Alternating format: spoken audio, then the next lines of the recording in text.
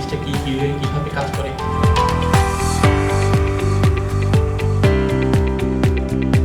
অনলাইনে তো হচ্ছে ইন্টারভিউ পোর্শন অ্যাভেলেবেল আছে, আমি একটু স্টাডি করি। 30 সফটওয়্যার কোম্পানিকে সার্চ করেন। এই ইন্ডাস্ট্রিতে আমি যদি ক্যারিয়ার করতে চাই, আমি কোথা থেকে শুরু করবো, কিভাবে শুরু করবো?